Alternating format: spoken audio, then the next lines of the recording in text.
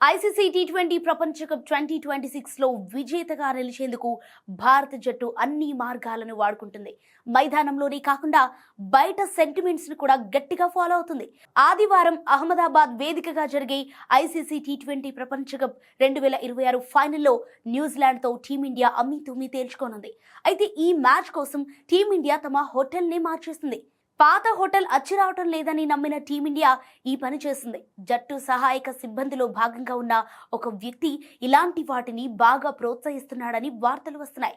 ఏ నగరంలో మ్యాచ్కు వెళ్లినా అక్కడి ప్రఖ్యాత దేవాలయానికి ఆటగాళ్లను తీసుకెళ్లి దర్శనం చేయించడం ఆయనకు రివాజుగా మారిపోయింది. సెమీఫైనల్కు ముందు చంద్రగ్రహణం కారణంగా టీమిండియా తమ ప్రాక్టీస్ సెషన్ను గంట వాయిదా వేసుకుంది. చంద్రగ్రహణం ముగిసే వరకు ఆటగాళ్లు ఎవరూ హోటల్ బయటకు రాలేదు.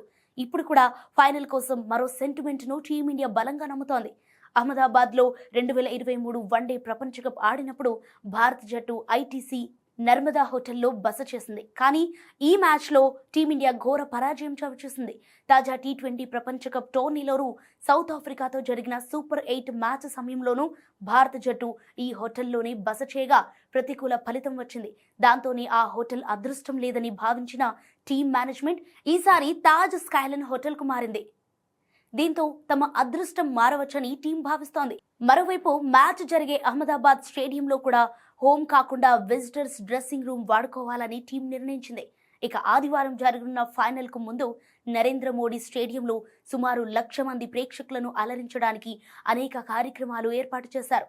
గ్రామీణ అవార్డు గ్రహీత ప్యూడో రికన్ గాయకుడిగా రికీ మార్టిన్, దాండియా క్వీన్ పాల్గొని Pathak, Bollywood playback singer Sukhwinder Singh అభిమానులను అలరించనున్నారు. టాస్ కు ముందు ఐసీసీ ఒక మ్యూజిక్ కచేరీని కూడా ఏర్పాటు చేసింది. రికీ మార్టిన్ పాడిన ప్రసిద్ధ పాట అందో స్ట్రెస్ 1 2 3 మరియా పాటకు అభిమానులు స్టెప్పులేస్తారని అంచనా వేస్తున్నారు.